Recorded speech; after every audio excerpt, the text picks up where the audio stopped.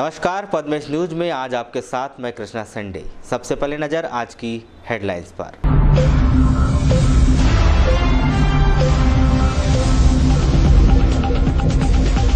Chit fund कंपनियों से राशि वापस दिलवाने में नाकाम, शासन प्रशासन पर निवेशक और अभिकर्ताओं ने कसा शिकंजा। सर्वहित महाकल्याण वेलफेयर फाउंडेशन के बैनर तले निकाली आक्रोश रैली। आम सभा में गरजे पदाधिकारी, आंदोलनकारियों की पुलिस से हुई कहासुनी। जिला अस्पताल बना ई अस्पताल, मरीजों की ऑनलाइन बनाई जाएगी पर्ची। सीएमएचओ ने बैहर बीएमओ को भेजा कारण बताओ नोटिस। और जिले भर में मनाया गया अंतर्राष्ट्रीय वृद्धजन दिवस। विविध कार्यक्रम आयोजित कर बुजुर्गों का किया गया सम्मान। अब समाचार विस्तार से। चीट फंड कंपनियों से पैसा वापस न दिलाए जाने से आक्रोशित निवेशक और अभिकर्ताओं ने सर्वहित महाकल्याण वेलफेयर फाउंडेशन के नेतृत्व में सोमवार को नगर के बस स्टैंड में धरना प्रदर्शन कर अपनी आवाज बुलंद की, जिसके बाद उन्होंने एक आक्रोश रैली निकाली जो नगर से होते हुए काली पुतली चौक पहुंची, जहां उनके द्वारा चौक में आसपास बैठकर प्रदर्शन किया गया।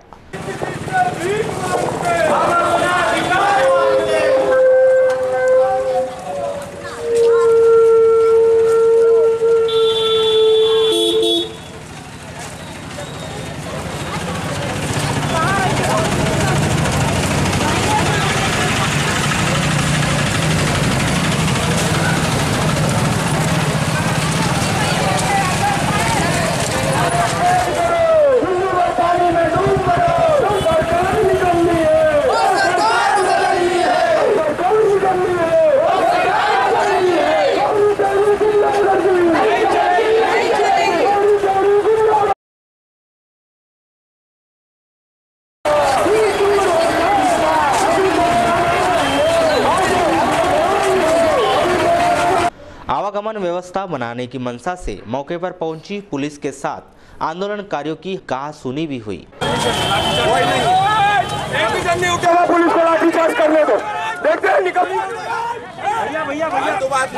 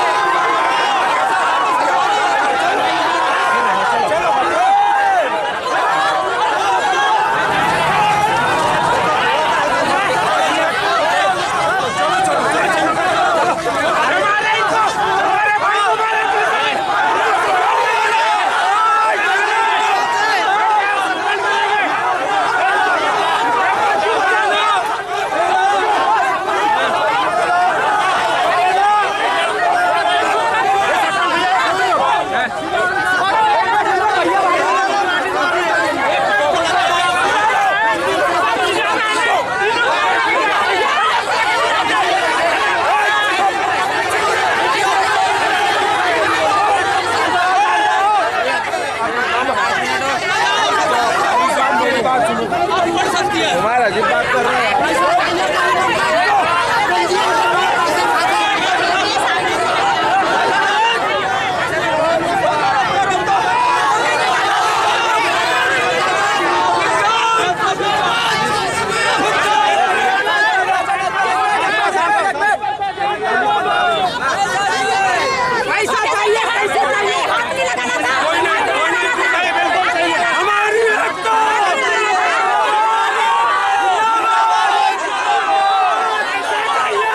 वहीं तहसीलदार राम बापू देवांगन के पहुंचने पर महामहिम राज्यपाल के नाम उन्हें ज्ञापन सौंपा गया।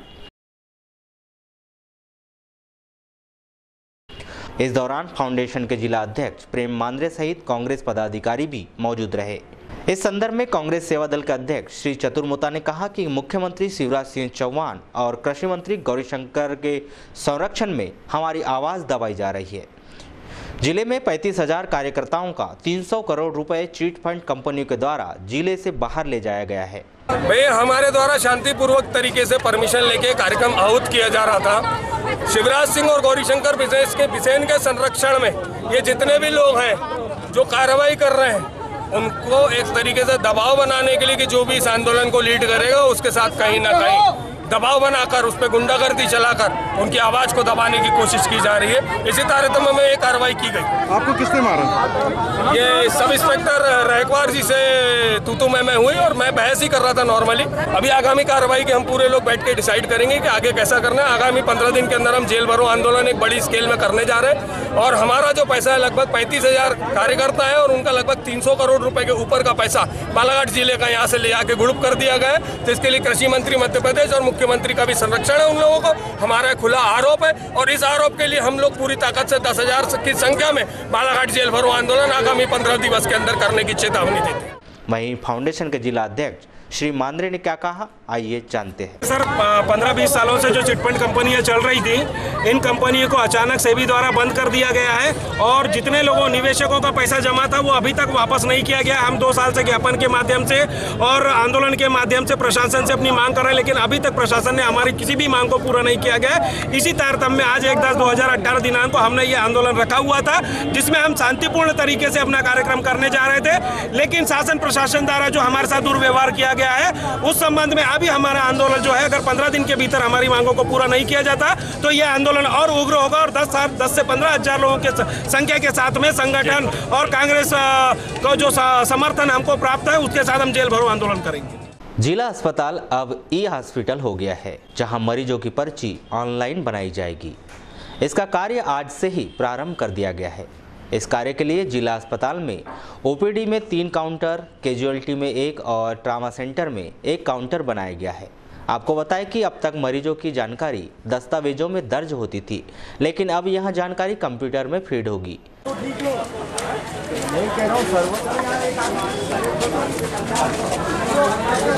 ऑनलाइन है, सब कुछ ऑनलाइन है।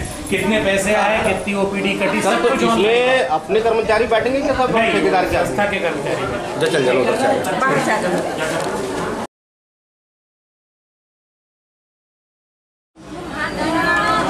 अरे तो तुम क्या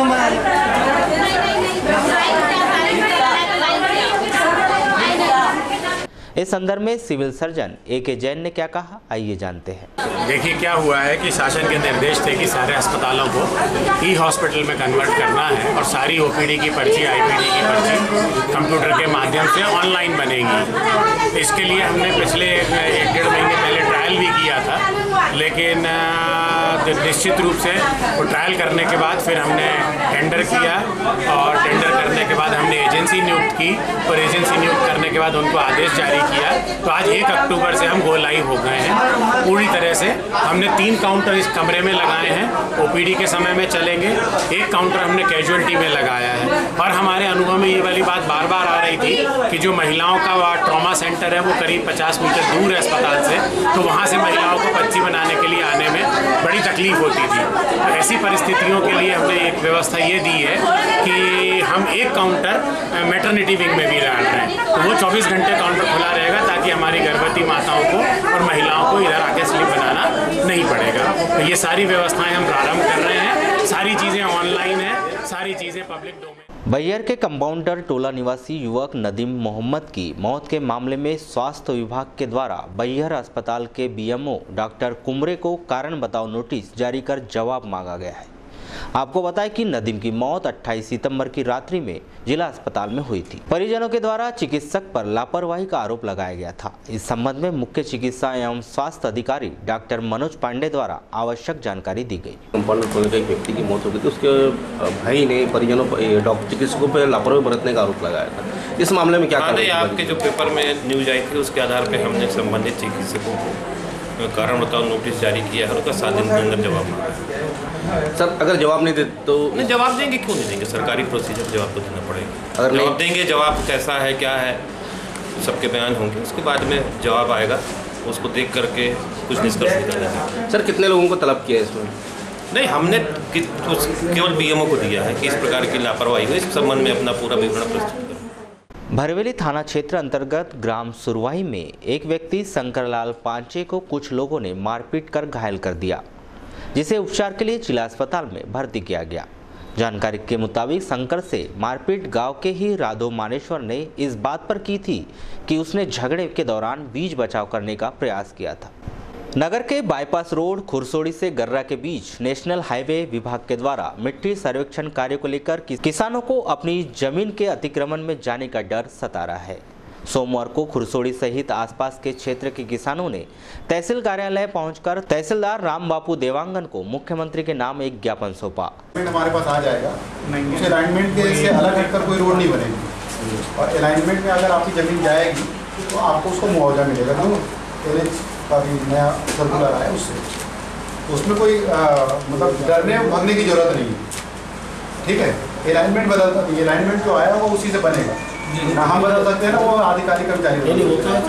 किसानों ने बताया कि नेशनल हाईवे के नाम पर उनकी भूमि का अधिग्रहण किया जा रहा है, जिसे वे किसी भी कीमत पर बर्दाश्त नहीं करेंगे। आपका नाम बताया?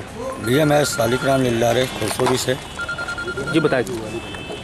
हम आज तहसीलदार महोदय को मुख्यमंत्री जी के नाम से ज्ञापन देने आए हैं।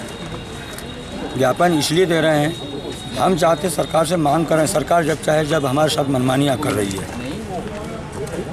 किसान इतने परेशान हैं ये भाजपा की सरकार के कारण। किसान संगठन और ग्रामीण जनता इसको उखाड़ फेंकने का काम तो करेगी ही करेगी, लेकिन जिस जगह से अभी जो सर्वे हो रहा है उस जगह हमारी जान भी चले जाएगी, लेकिन वहाँ से हम रोड नहीं बनाने देंगे। सरकार के साथ इसकी लड़ाई यहाँ से लेके भोपाल दिल्ली तक लड़ेंगे हम।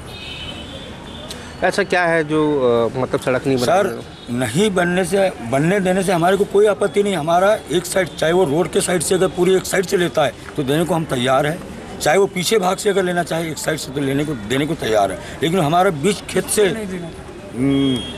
मतलब दोनों साइड हमारी ज़मीन फिर वो बेकार हो जाएगी बीच से जाने पर। अन्नदाता किसान संगठन के जिला अध्यक्ष दिलीप उपंसी ने भी किसानों की मांगों का समर्थन किया। खुरसोड़ी से जो बाईपास रोड जो निकलने को लेकर जो चर्चा है, भूमि अधिग्रहण को लेकर, आज मुख्यमंत्री के नाम खुरसोड़ी और आजू बाजू के किसान भाइयों के साथ हम माननीय तहसीलदार महोदय को ज्ञापन देने आए थे।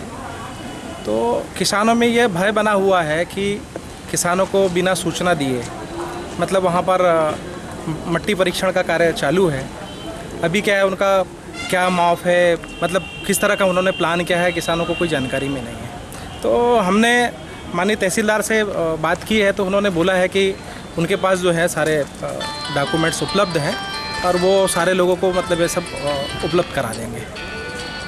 तो किसान बहुत डर भी रहे थे ज़मीन को लेकर के, हमारी ज़मीन अधिग्रहित हो जाएगी, तो क्या कहा? देखिए साहब, क्या है कि आज भूमि का जो रेट जो है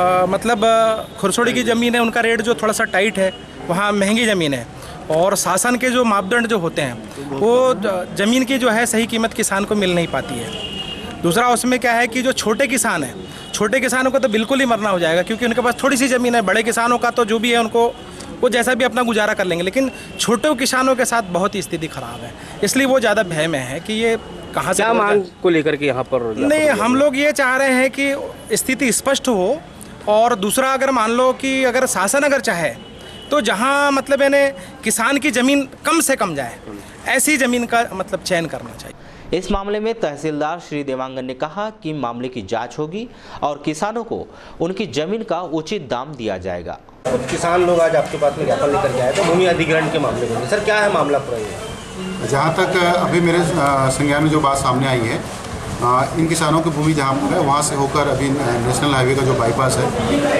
उसका अलाइनमेंट जाने वाला है, तो उसी संबंध में वहाँ पर NH वालों का मिट्टी परीक्षण चल रहा है बेस के लिए, और उसी संबंध में किसान भी यहाँ पर आए हुए थे कि इस तरह की समस्या हमारे पास आ रही है और ये निर्धारित नहीं है कि अलाइनमेंट कहाँ से जा रहा है। हमने संबंधित NH के जो अधिकारी आए थे उनसे बोला है कि आप अपने अलाइनमेंट की जो कॉपी है, नक्शा है, वो हम भी उपलब्ध कराएं ताकि हम किसानों को नाप कर मौका बता सकें कि वो रास्ता कहाँ जाए। बनी हुई है यहाँ जी किसानों में, उनको किसी तरह का कोई नॉलेज नहीं है, ना कोई नोटिस, ना कोई सूचना, ना किसी प्रकार का ये नहीं। ऐसी स्थिति में प्रशासन क्या भूमिका निभाएगा, क्या मध्यस्थता करेगा? निश्चित रूप से किसान चूँकि हमारे ही लोग हैं, प्रशासन के लोग हैं, प्रशासन से जुड़े हुए लोग हैं, और उनकी चिंता करना प्रशासन का भी काम है। NHB एक सेंटर की एजेंसी है जो इस पर काम कर रही है। मेरे पास उसके अधिकारी आए हुए थे, उनसे मैंने अलाइनमेंट की कॉपी मांगी है, नक्शा जो उनका जा रहा है, और हम अपने स्तर से उसकी नाप करेंगे। नाप करके किसानों को बताएंगे कि भाई वो रास्ता कहाँ से जा रहा है और उसमें उनकी क्या मदद हो सकती है। और जहाँ तक मुआवजे इत्यादि का प्रश्न है, तो अगर अलाइनमेंट उनकी ज़मीन आती है तो शासन के नियमानुसार दर है, वो दर से उनको मुआवजा भी मिलेगा। इसमें किसानों को किसी प्रकार के डरने की जरूरत नहीं है, प्रशासन उनके साथ। राष्ट्रीय स्वैच्छिक रक्तदान दिवस के अवसर पर जिला एड्स रोकथाम एवं नियंत्रण इकाई के द्वारा जागरूकता कार्यक्रम का आयोजन किया गया। इस अवसर पर जिला अस्पताल से जागरूकता रैली निकाली गई, जो नगर का भ्रमण कर जिला अस्पताल में संपन्न हुई।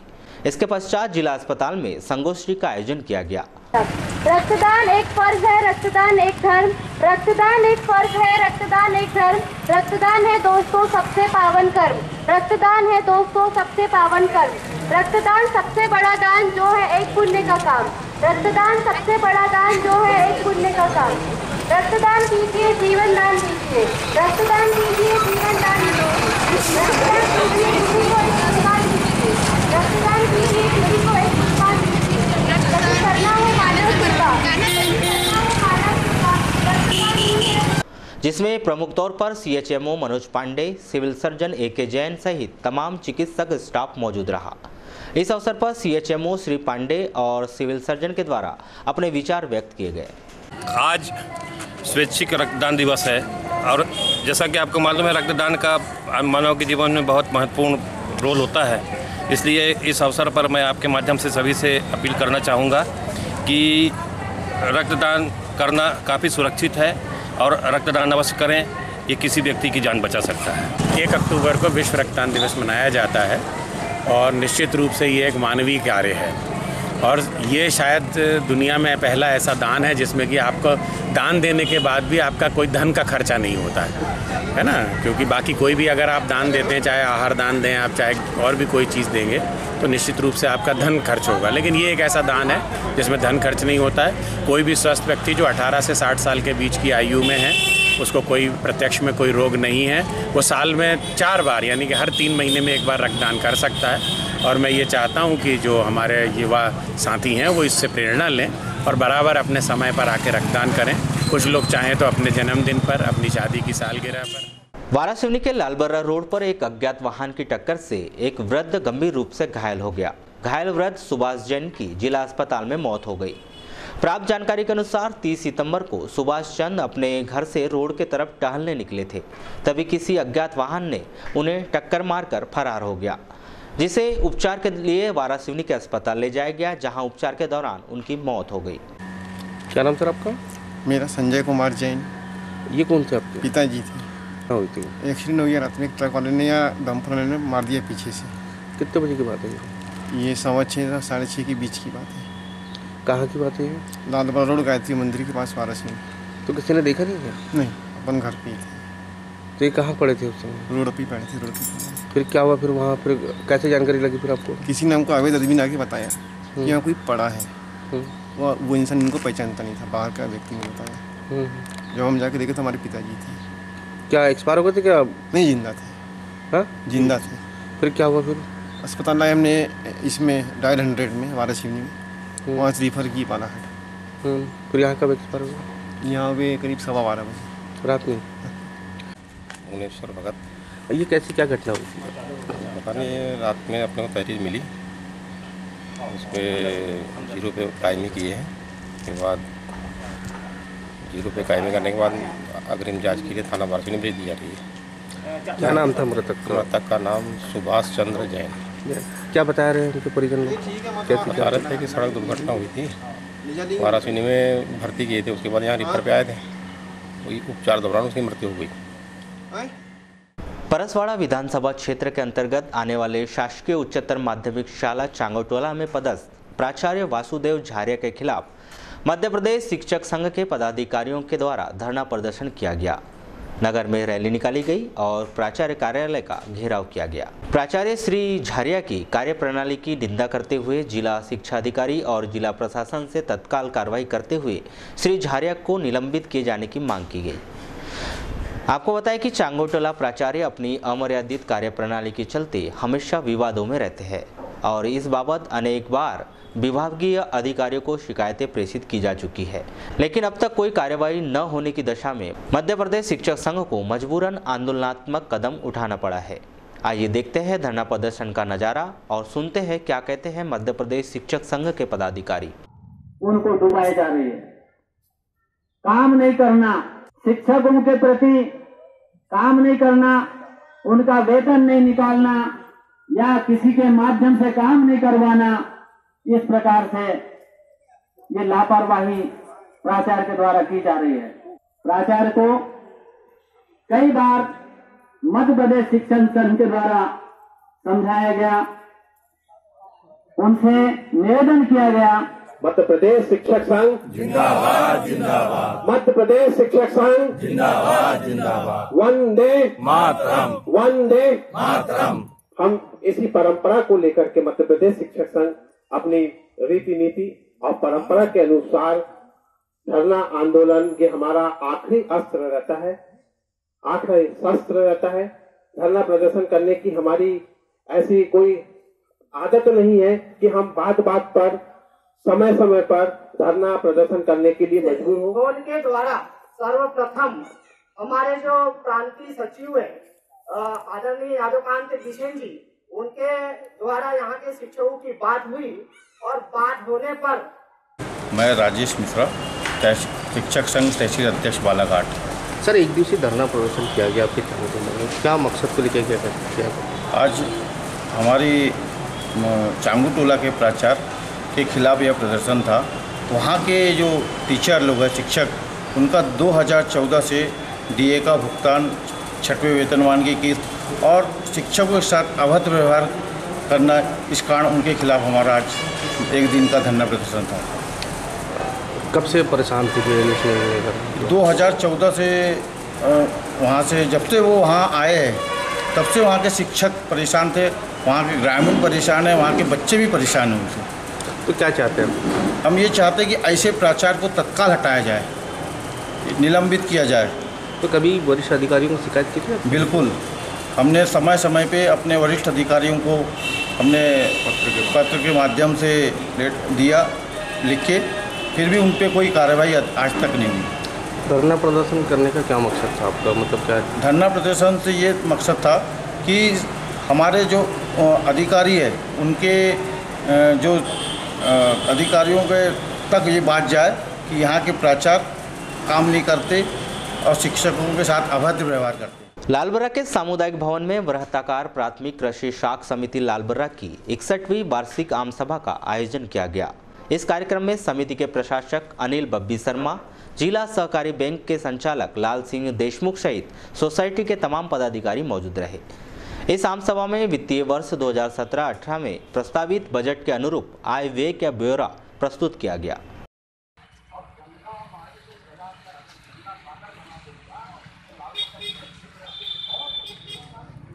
तो लाभ हानि पत्रक में आय के मद और खर्च के मद रहते हैं। आय मद में एक दाखिला फीस है,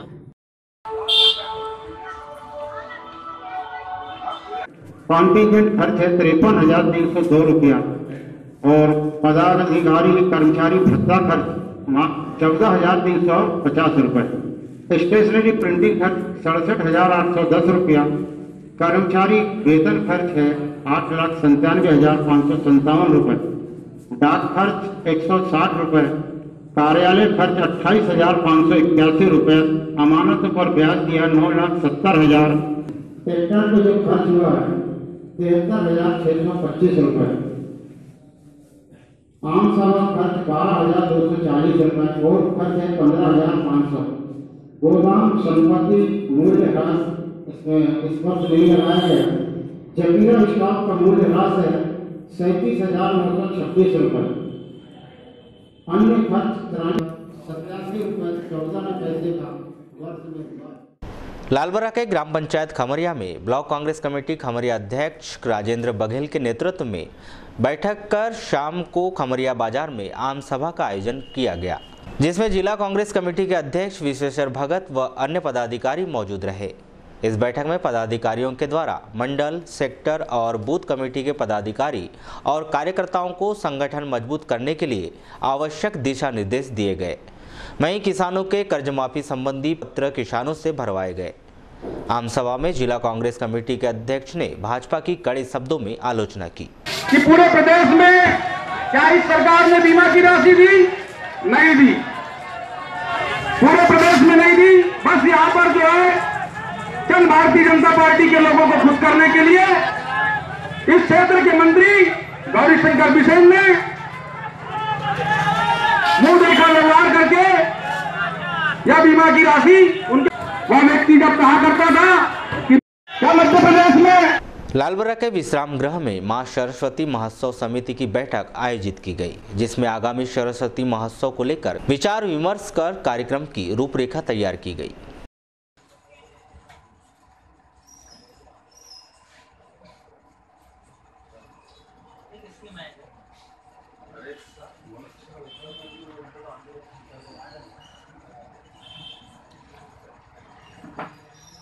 मेरे हिसाब से तो यही प्रोग्राम बेहतर रहेगा यदि अपन ऐसा अरेंजमेंट कर सके और अपन बोल देंगे कि वो रिकॉर्डिंग हमको नहीं चाहिए, हमको होना उनके स्टेज चाहिए।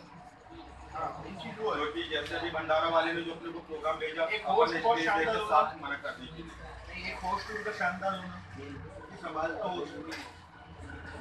आज की जो बैठक रखी गई आगामी महोत्सव की तैयारियों को लेकर, क्योंकि इसकी रूपरेखा तो बन चुकी है, आगे के कार्यक्रमों को लेकर निर्धारण किया जा चुका है, परंतु उन कार्यक्रमों के आयोजन के लिए भी कुछ तैयारियां जो पहले से की जाती हैं उसको लेकर बैठक रखी गई। क्या क्या रूपरेखा तैयार की गई है?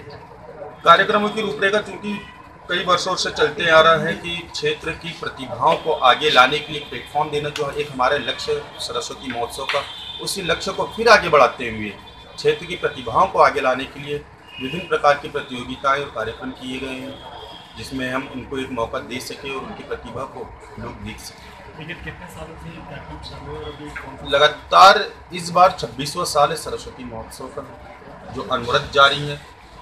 आज की बैठक में कौन कौन शामिल हुआ है मुख्यतः यहाँ पे? आज की बैठक में हमारे अध्यक्ष समिति के योगेश आसवाले जी, हिमांशु अर्जुनवार जी कोषाध्यक्ष, सचिव विजय रजक जी, उपाध्यक्ष शुभम अग्रवाल जी और पूरी समिति के कार्यकर्ता जो इस महोत्सव को शून्य से लेके ऊपर तक के ऊंचाई तक के पहुंचाने का काम करते हैं, लगातार मेहनत करते हैं। आज ये पूरे कार्यकर्ता एक साथ बैठकर डिसीजन ले रहे हैं। सरस्वती महोत्सव कब से प्रारंभ होने वाली है? ये महोत्सव 14 अक्टूबर से प्रारंभ होगा। 14 अक्टूबर के दिन में प्रतिमा स्थापना से प्रारंभ होकर ये महोत्सव 25 अक्टूबर विसर्जन तक के चलेगा। भाजपा नेता संजय सिंह मसानी ने देवगांव के निवासियों को जनसंपर्क कार्यालय वारासिवनी में भगवान शिरडी वाले साईं बाबा की प्रतिमा भेंट की, जिसकी स्थापना देवगांव में निर्मित साईं मंदिर में की जाएगी। इस संदर्भ में भाजपा नेता श्री मसानी ने क्या कहा, आइए जानते हैं। सबका मालिक साईनाथ महाराज की जय, साईनाथ महाराज की जय, साईनाथ महाराज की जय, साईनाथ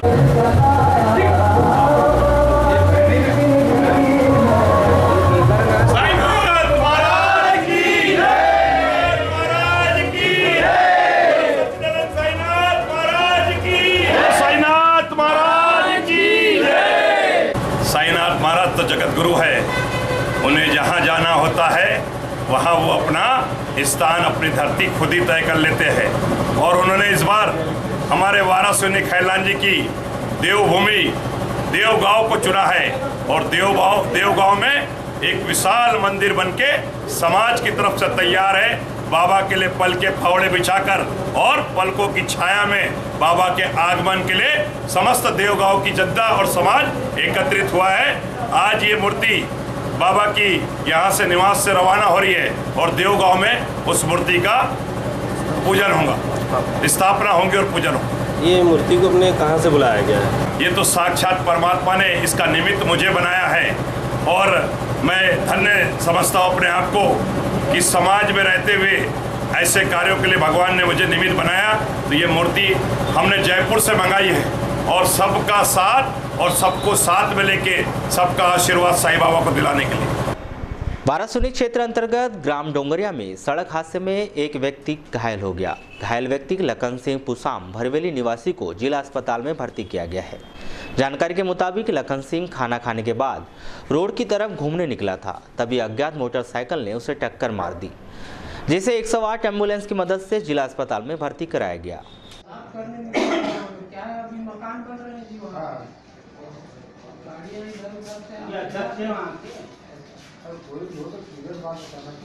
लालबरा के ग्राम पंचायत साले में सर्व सगा आदिवासी समाज के तत्वाधान में सर्व आदिवासी सामाजिक विचार मंथन पर परिचर्चा कार्यक्रम का आयोजन किया गया।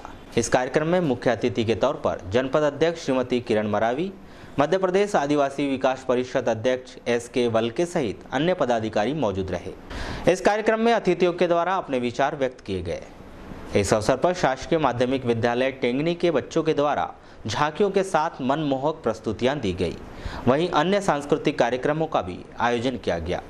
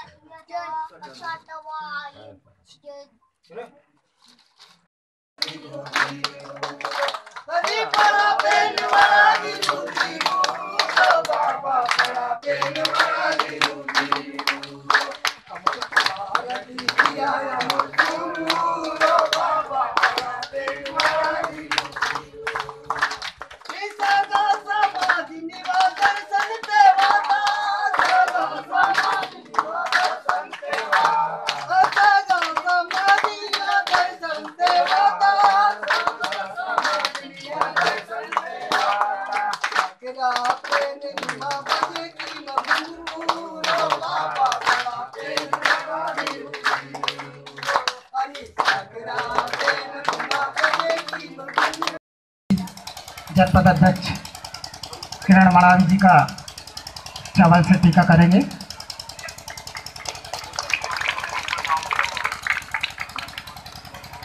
इसके पश्चात रुकमणी माई इनवती ये भी आ जाए। कलावंती गणपति इंद्रकला मर्सकोले ये भी आ जाए।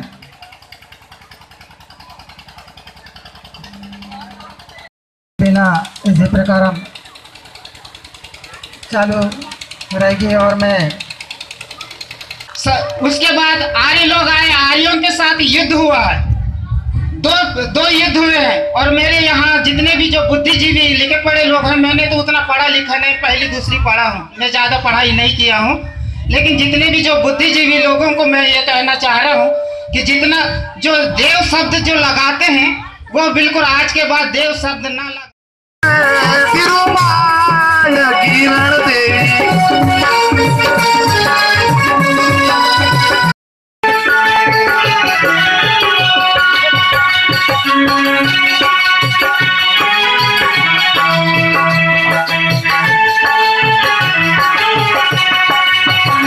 हर बच्चा हो शिक्षित यहाँ पर, हर समाज देश का बन हितैषी। हर बच्चा हो शिक्षित यहाँ पर, हर समाज देश का बन हितैषी। शिक्षा के ही कारण गरीबी, शिक्षा के ही कारण गरीबी, परेशानी में पड़े जा रहे।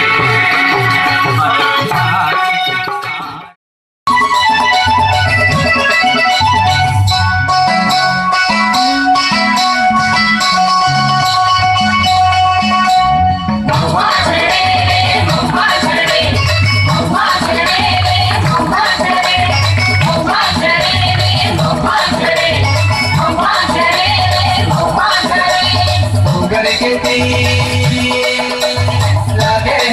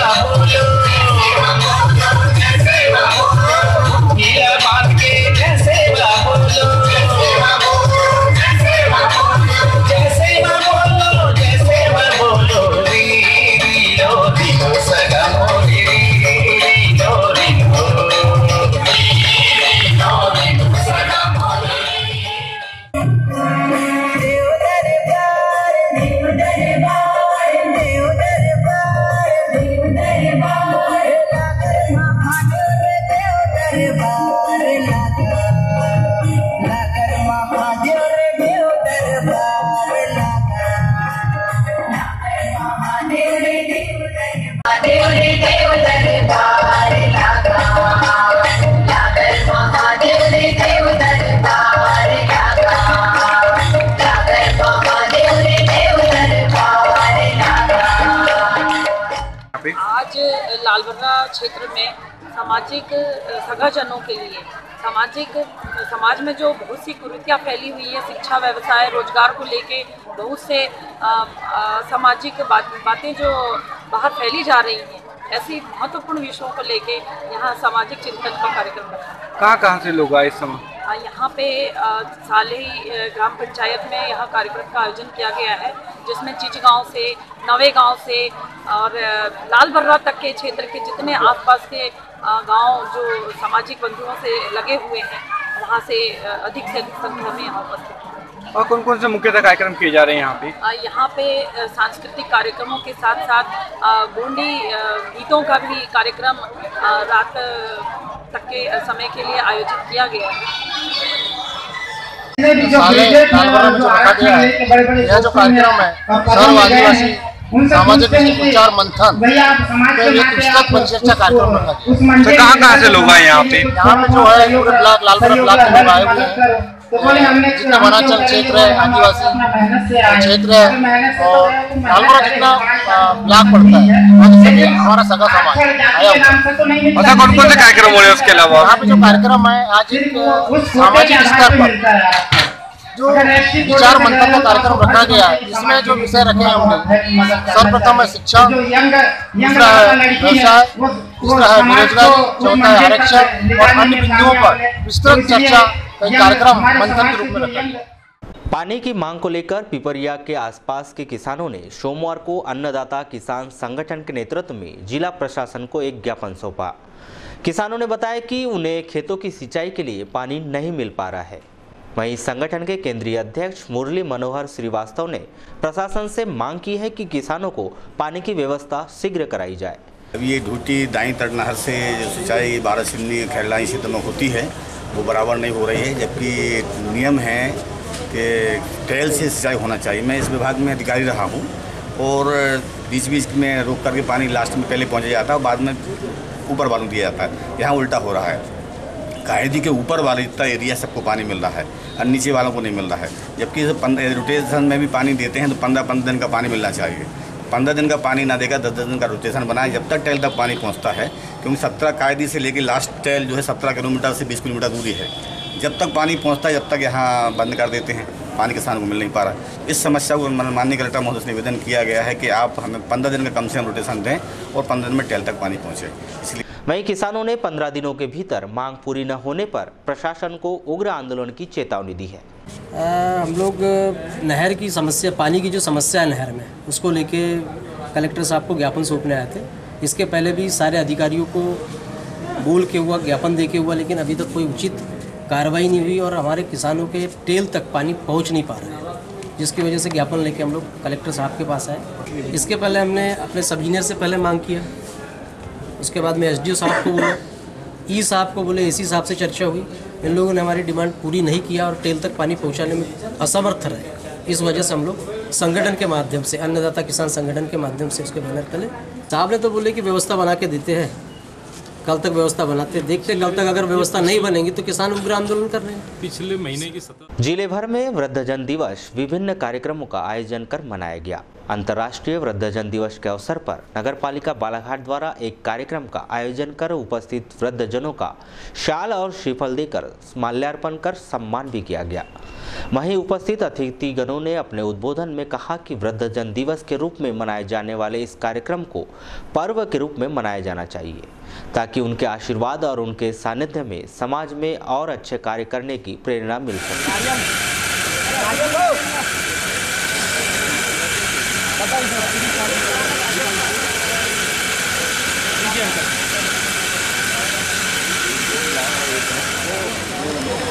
ये दे देना, एक वो झुल्ली हमारा रखे ना, ये रखो ना, मैं चला जाऊँगा।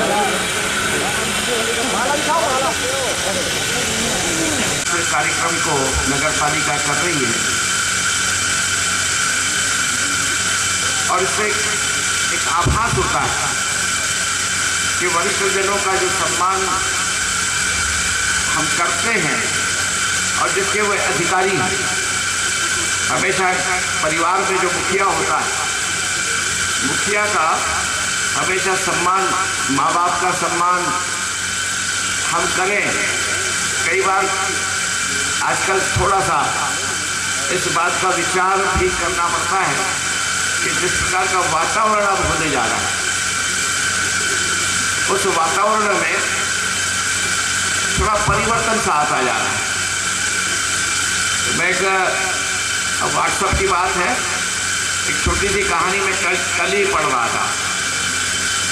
करना चाहिए ऐसे लोगों को भी पूरे मान और सम्मान के साथ उनके आशीर्वाद को लेना चाहिए। ऐसी परंपरा की शुरुआत अगर कोई सरकार कर सकती है तो हम सबको गर्व होता है कि हम ऐसी पार्टी भारतीय जनता पार्टी के कार्यकर्ता हैं जिन्होंने एक नई परंपरा शुरू करी। मुझे याद है लगभग ये तीसरा आयोजन है और हर वर्ष आपके बीच इस आयोजन को लेकर मैं यहाँ पर हमेशा उपस्थित हुई हूँ। ये एक भाव है, सम्मान तो एक बहाना होता है, क्योंकि हम कहते हैं ना कि जो जीवन है, पुराने काल में भी देखा जाता है, कहा जाता था कि आश्रम व्यवस्था ब्रह्मचार्यश्रम, गृहस्थ आश्रम, वानप्रस्थाश्रम, संन्याश्रम, वैसे ही जो जीवन के अलग अलग पड़ाव होते हैं और जिस आयु वर्ग में आप सभी हैं, मैं आप सबके सामने कहने के लिए बहुत छोटी हूँ। पूरे जीवन का अनुभव आपके सामने है और ऐसे समय में यह जो उम्र होती है, कई बार हम अपने आप को उपेक्षित महसूस करते हैं। लोगों को लगता है अरे अब हम रिटायर हो गए। वहीं जिला अस्पताल में भी अंतर्राष्ट्रीय वृद्धजन दिवस के मौके पर स्वास्थ्य शिविर का आयोजन किया गया, जहां वृद्धजनों का उपचार कर दवाई वितरित की गई, साथ ही स्टिक भी बांटे गए।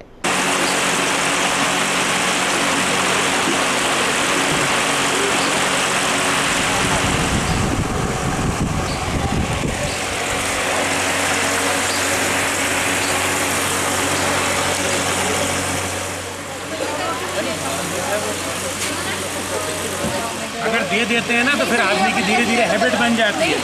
ये अपन कैसे करेंगे जिसकी जरूरत है? अच्छा बता देंगे। हाँ, मिला कुछ अभी तो अच्छा आया है। हाँ, मैडम अभी लेते हैं थोड़ा उठा लो सारा एक्सरे करा दो। बराबर आ गया। अभी रुको देख लो, थोड़ा चल के देख लो आराम से।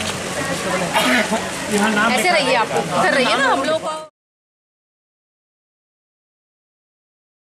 वहीं जनपद पंचायत के सभागार में वृद्धजन दिवस पर विशेष कार्यक्रम का आयोजन किया गया, जहां वृद्धजनों का शाल और श्रीफल से सम्मान किया गया।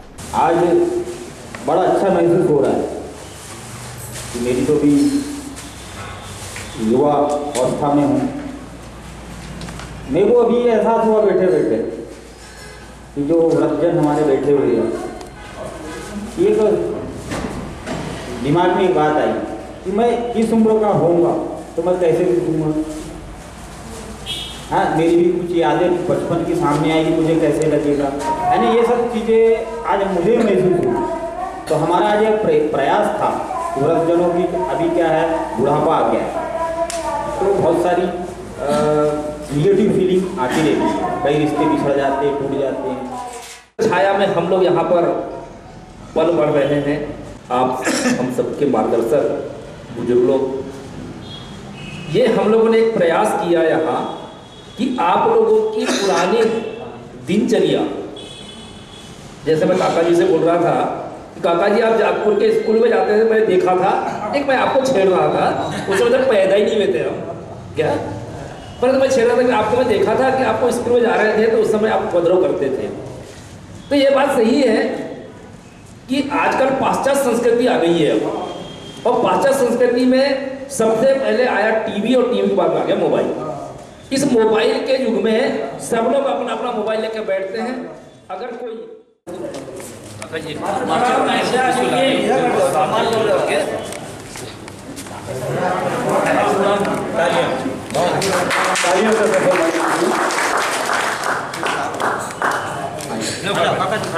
खड़े हो जाओ, खड़े हो जाओ। पहलवान आदमी एक गले माला भी गले माला माला क्यों नहीं?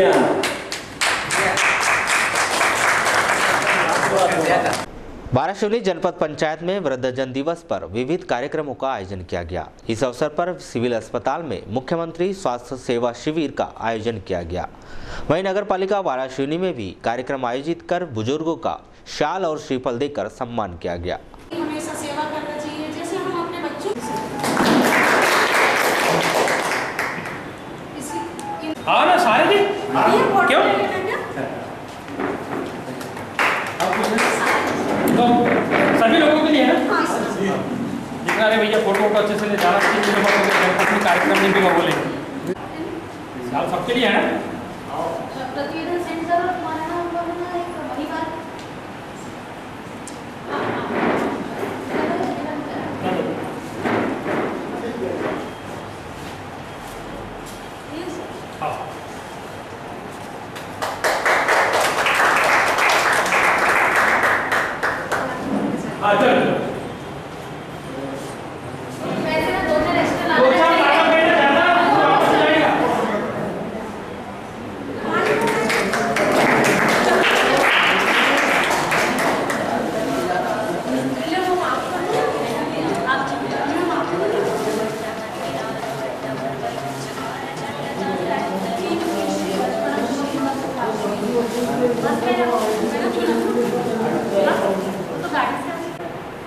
कि हम साल के 1 अक्टूबर को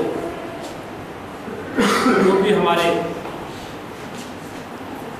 शासन के नियम में बैठने वाले वृद्धजन हैं उनका हम साल श्रीफल पुष्पगुच्छ से सम्मान करते हैं।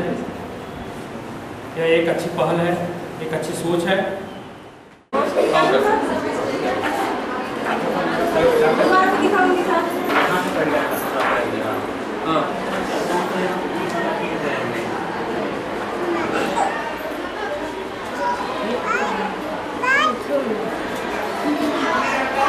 उसको आप लेके जाइएगा, कब लेके जाओ? कल को छोड़ के ले जाओ।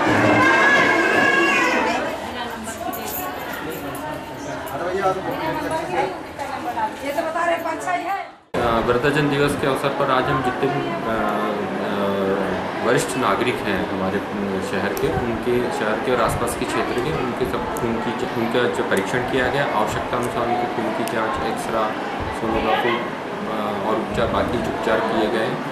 और साथ ही आज हमारे साथ एक मुख्यमंत्री स्वास्थ्य सेवा शिविर भी लगाया गया है, जिसमें हम उन मरीजों को भी चिन्हित कर रहे हैं जो खासकर बच्चे हैं, जिनको हृदय की बीमारी है, जिनके कटे होंठ हैं, या जो सुन नहीं पाते, यानी जो गंभीर बीमारी या बड़ी बीमारी या असाध्य बीमारी से पीड़ित हैं, उनको भी हम चिन्हित कर रहे हैं। उनको फिर आगे जिला स्तर पर उनको भेजा जाएगा, फिर वहाँ से संबंधित उपचार हेतु संबंधित अस्पताल में भेजा जाएगा।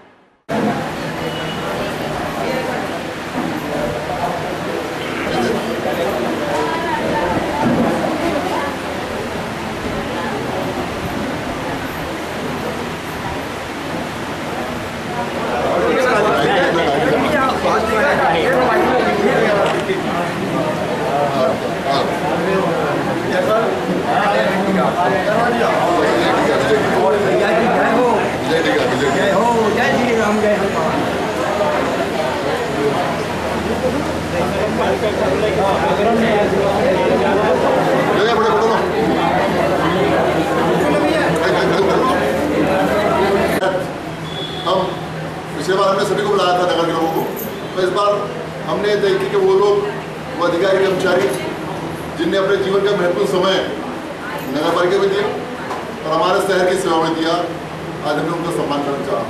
मुझे खुशी है आज वो लोग यहाँ बैठे हैं जिन्होंने बड़ी ईमानदारी से नगर पालिका की सेवा करते हुए अपना कार्यकाल व्यतीत किया। हम उनका सम्मान करना चाहते हैं। रही बात, हमें तो हमारे संस्कार में सिखाया गया है कि हमेशा बुजुर्गों का सम्मान करो, वो तो हम करते हैं। और आज चूँकि शासन की मंशा के अनुरूप अंतर्राष्ट्रीय दिवस के अवसर पर आप सभी का हम सम्मान करना चाहते हैं और हमारी नज़रों में आपका सम्मान सदैव रहेगा, क्योंकि आपने नया के साथ साथ पूरे शहर की सेवा की है और सभी वो चेहरे हैं।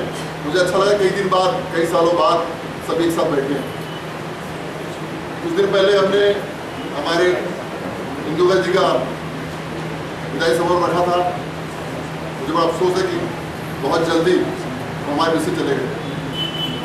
ऐसे कुछ अधिकारी कर्मचारी जिन्होंने बड़ी ईमानदारी से हमारे नगर की सेवा की थी, हमारे बीच से चले गए। लालबर्रा के सामुदायिक स्वास्थ्य केंद्र में सोमवार को अंतर्राष्ट्रीय वृद्धजन दिवस पर सम्मान समारोह का आयोजन किया गया, जहां बुजुर्गों को शाल और श्रीफल देकर सम्मानित किया गया।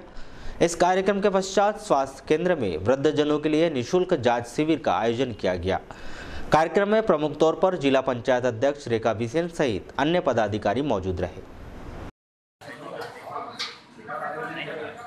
बोलिए भारत माता की जय।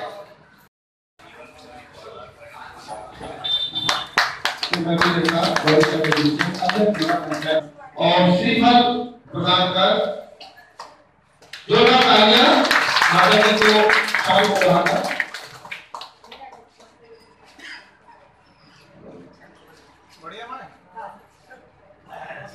जोरदार तालियां बजाइए आपको।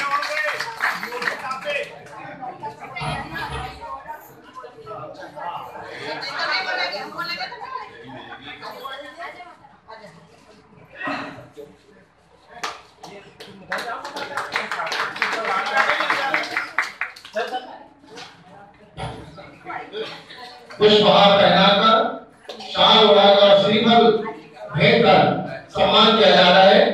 जोरदार तालियां बजते रहे।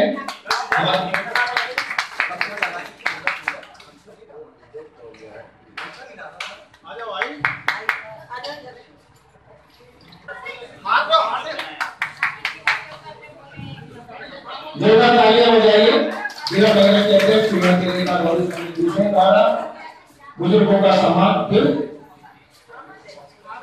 शाल और श्रीफल।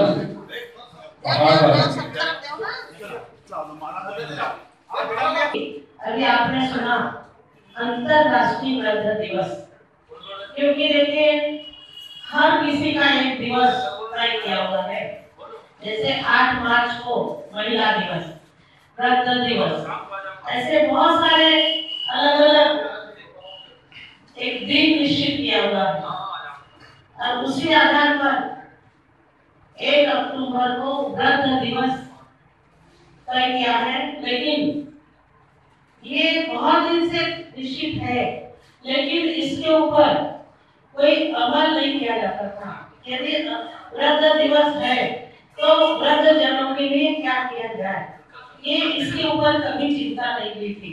लेकिन मैं धन्यवाद देती हूँ हमारी सरकार को कि जिन्होंने इस वृद्ध दिवस का अवसर पर इस तरह का कार्यक्रम किया कि वृद्ध जनों को, जैसे मान लो नगर पालिका स्तर पे, नगर पालिका में, नगर पंचायत में, नगर जनपद में, जो कि जिले के अंतर्गत में जनपद आती है, तो जनपद के अंतर्गत पूरे पंचायत, जितने भी पंचायत आती है, वहाँ पर जितने भी हमारे वृद्धजन हैं, चाहे वो महिला हो चाहे वो पुरुष हो, उनको एक स्थान पर बुलाकर उनको सम्मानित किया जाए, उनका स्वास्थ्य परीक्षण किया जाए कि वृद्ध लोग हैं उनका। निश्चित रूप से ऐसा मुख्यमंत्री जो किसी के बारे में सोचता हो तो माननीय मुख्यमंत्री शिवराज चौहान, हम सब निवेदन करेंगे कि ऐसे मुख्यमंत्री हमारे प्रदेश में लंबे समय तक शासन करें और हर उद्योग उनकी आवश्यकता के अनुसार कार्य करने के लिए प्रेरणा दे। अभी हमारी एक शहर योजना आई है जिसके अंतर्गत वृद्धों को बीमारी में कोई सी भी सहायता की अगर व्यवस्था हो आयुष्मान योजना के अंतर्गत तो 5 लाख रुपए तक की सहायता शासन करेगा। ये बहुत सारी योजनाएं हमारे शासन के माध्यम से हो रही है, हमारे माननीय मंत्री जी के, हमारे माननीय शिवराज जी के और माननीय नरेंद्र मोदी जी के माध्यम से हो रही है। इसके पहले कांग्रेस के शासन में कोई वृद्धा नहीं होता था, अवस्था में कभी पेंशन की बात होती थी, हम लोगों ने पेंशन भी बढ़ाए और सारी व्यवस्थाएं कराएं। अगर आप 80 साल के ऊपर हैं तो आपको 500 रुपए मिलेंगे। अगर आपके कोई पुत्र नहीं है, पुत्रियां हैं तो आपको कन्या विवाह सहायता 500 रुपए महीना मिलेगा। वृद्ध अवस्था पेंशन अलग मिलेगी। इतनी सारी योजनाओं को क्रियान्वित करने का काम हमारे मुख्यमंत्री जी ने किया है। निश्चित रूप से आप लोग बधाई के पात्र हैं।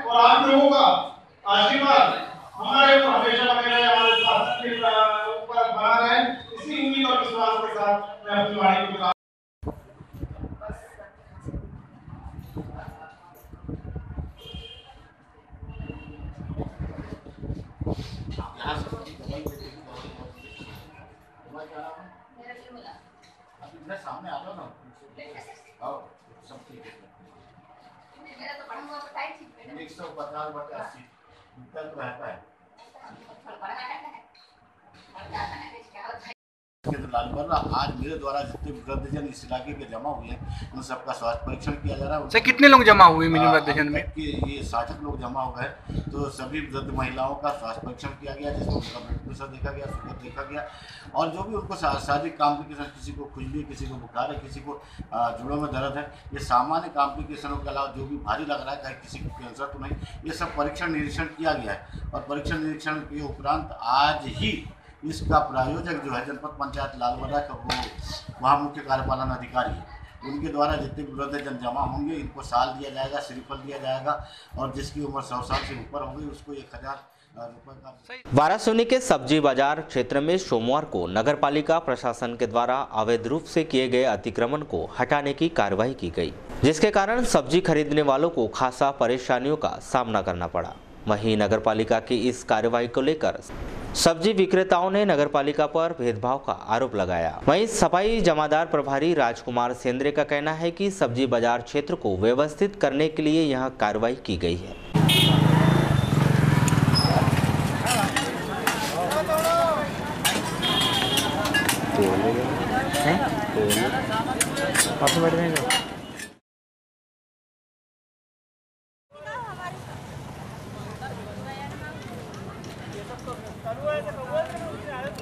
रमेश मालाधारी भैया। कितने वर्षों से दुकान लगा रहे थे आप दुर्गा मंदिर के सामने? करीब क्या है कि 20 साल होने लगा। ऐसा है। आज क्या कार्रवाई की गई है?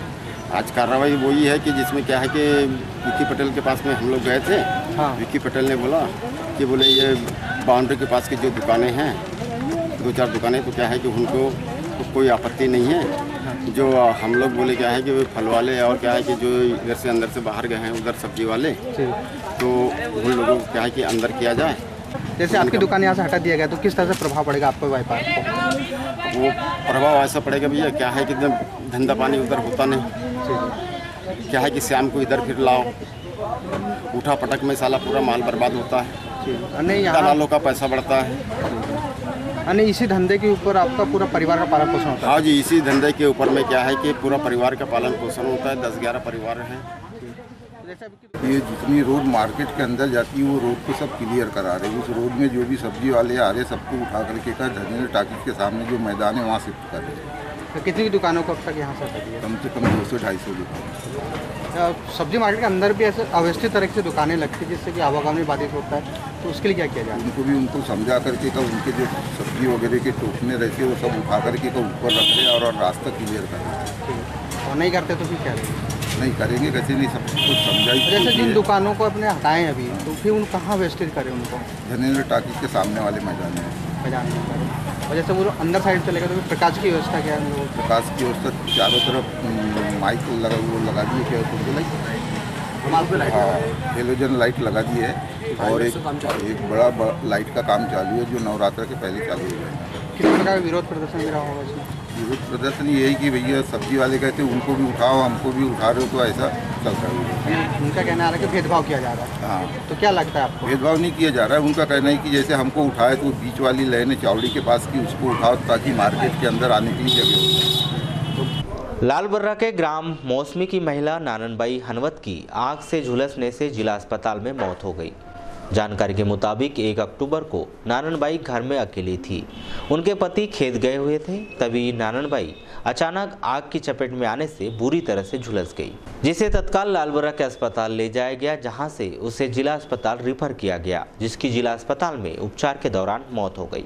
वारासोनी स्थित कृषि उपज मंडी परिसर में सोमवार को रिलायंस जियो इन्फोकॉम कंपनी के द्वारा अवैध रूप से टावर लगाने के लिए मशीन से पाइपलाइन डालने के कार्य पर कृषि उपज मंडी सचिव कुंवर शाह ने प्रतिबंध लगा दिया, जिसकी वजह से कंपनी द्वारा किसी प्रकार की परमिशन न लिया जाना बताया गया है। इस संबंध में कृषि उपज मंडी सचिव श्री शाह ने क्या कहा, आइए जानते हैं।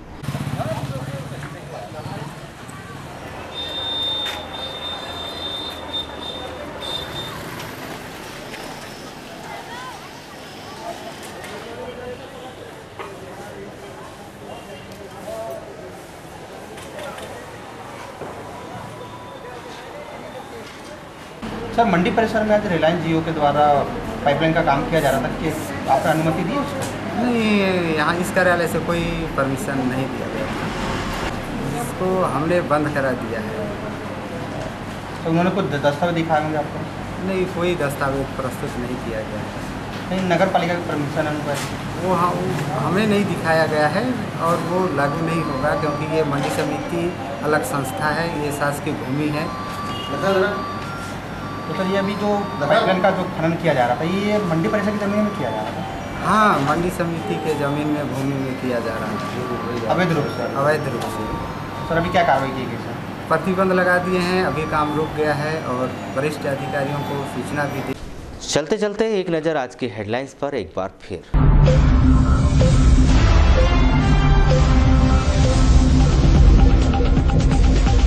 चीट फंड कंपनियों से राशि वापस दिलवाने में नाकाम, शासन प्रशासन पर निवेशक और अभिकर्ताओं ने कसा शिकंजा। सर्वहित महाकल्याण वेलफेयर फाउंडेशन के बैनर तले निकाली आक्रोश रैली। आम सभा में गरजे पदाधिकारी, आंदोलनकारियों की पुलिस से हुई कहासुनी। जिला अस्पताल बना ई अस्पताल, मरीजों की ऑनलाइन बनाई जाएगी पर्ची। सीएमएचओ ने बैहर बीएमओ को भेजा कारण बताओ नोटिस। और जिले भर में मनाया गया अंतर्राष्ट्रीय वृद्धजन दिवस। विविध कार्यक्रम आयोजित कर बुजुर्गों का किया गया सम्मान। तो ये थे अब तक के कुछ समाचार। कुछ नए समाचारों के साथ फिर से होगी आपसे मुलाकात। तब तक के लिए दीजिए इजाजत। नमस्कार।